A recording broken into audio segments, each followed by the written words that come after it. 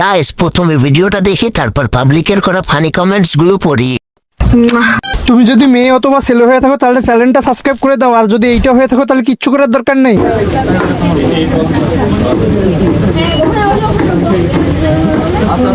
দেখছি দাঁড়ান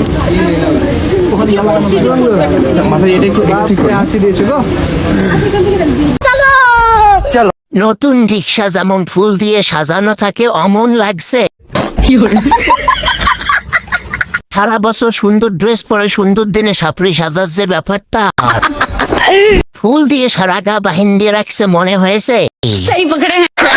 বিয়েটা কি আদৌ হবে তো নাকি মেহেদি পর্যন্ত না?